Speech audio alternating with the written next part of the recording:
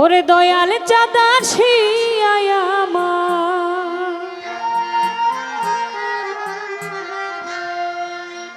আমায় পার করে নিবে,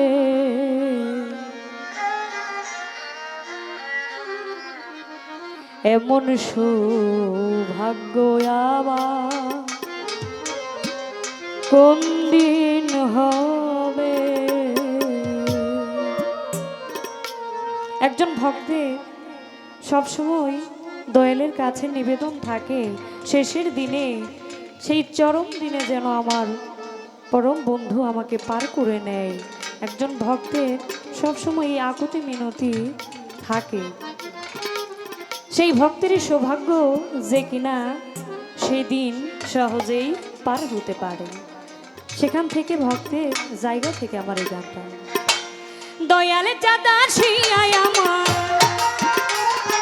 দয়ালে চাঁদাসি আমায় পার করে নিবে, এমন সৌভাগ্য আমার কোন দিন হবে, এমন সৌভাগ্য আমার কবে হবে।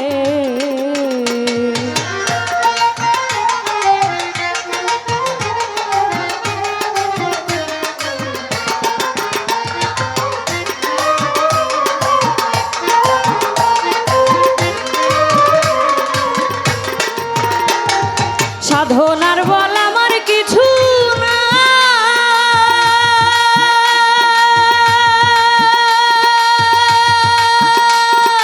কেমন সে পারে যায়,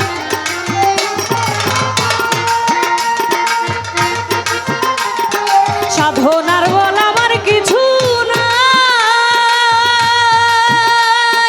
কেমন সে পারে যায়, কুলে বসে দিচ্ছি দুহাই,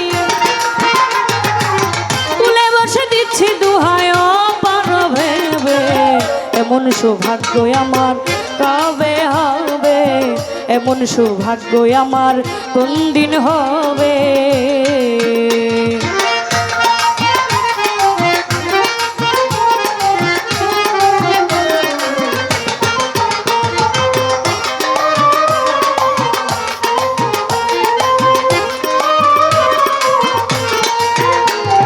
পত্রির পাবন নামটি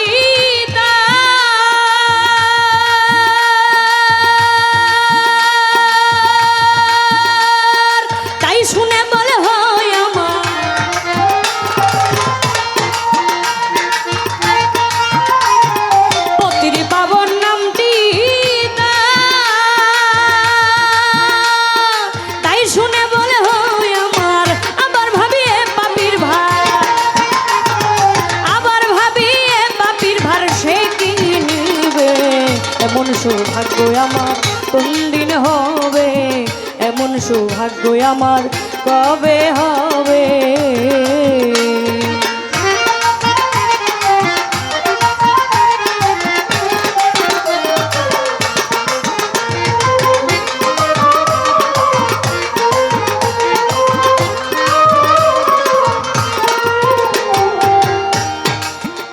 দয়াল চাঁদাসিয়ায় আমায় পার করে নিবে, এমন সৌভাগ্য আমার কোন দিন হবে।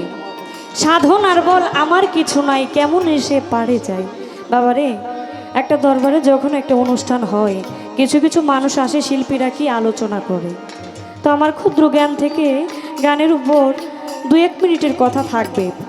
আমার এই গানটি লিখেছেন লালন সাইজি।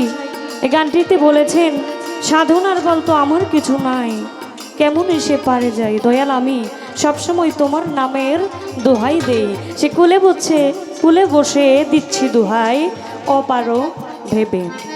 তো আমার আজকে যিনি গান করেছেন চমৎকার, তবে গানের পাশাপাশি যদি 2-1টা কথা আমরা নিতে পারি, সেখানে কি গানগুলো বেশি ভালো লাগবে। চমৎকার গান করেছেন। আমি চাই পরের স্টেজে দাঁড়িয়ে যেন আমাকে, কারণ আমি তো ছোট মানুষ, শিখতেছি, আমাকে উসিলা করে আপনারাও কিছু জানতে পারবেন, যদিও আপনারা অনেক জ্ঞানী না হলে কেউ বাউল গানে আসে না। এই যে সাধনার বল আমার কিছু নাই, তবু আমি আমার মুর্শিদের ওই পার করাটা আশা করি। এখানে যারা আমরা সুনামি আর ভক্ত আশেকান এবং আহমদ পাগলার ভক্ত আশিকানা আছি, আমরা চাই আমাদের মুর্শিদ যেন সেই কঠিন দিনে আমাদের পার করে। আসলে এই যে গুরু এবং ভক্ত দুজনের মধ্যে যে মিল মোহাব্বত, আমাদের এই চর্মচক্ষে আমরা গুরুকে কিভাবে দেখি। আপনারা দেখবেন একজন মুর্শিদ আমারই মতো হাত পা নিয়ে জন্ম নিয়েছে। আমি যেভাবে কথা বলি আমার মুর্শিদ সেভাবে কথা বলে, আমি যা করি তাই করে এ মানব রূপে। তাহলে আমার এখানে একটু বুঝাই দিবেন, যেন একটু আলোচনা করেন। এই যে আমার মধ্যে যা আছে গুরুর মধ্যেও তাই আছে। আমি খাই ঘুমাই, গুরু খায় ঘুমায়। তাহলে এখানে কোন জিনিসটার কম রয়ে যায় যে কারণে আমি শিষ্য, আমার মুর্শিদ হয়ে যায় গুরু? ছোট্ট একটু আলোচনা করবেন এর তফাৎটা কি, যে কারণে আমরা বুঝতে পারি যে শিষ্যর কোন গুণটা নাই আর কোন গুণের কারণে গুরু অমর হয়ে থাকে। ছোট্ট করে এতটুকু আলোচনা রাখবেন। ধন্যবাদ।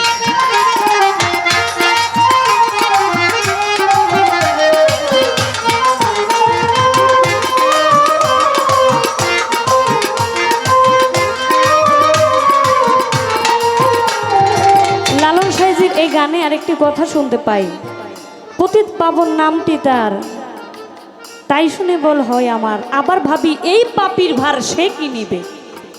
পতিত পাবন এই শব্দটার অর্থ কি আমি একটু জানতে চাই। গুরু পদে ভক্তি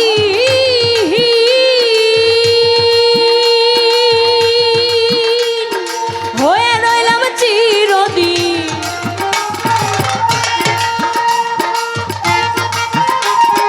গুরু পদে ভক্তি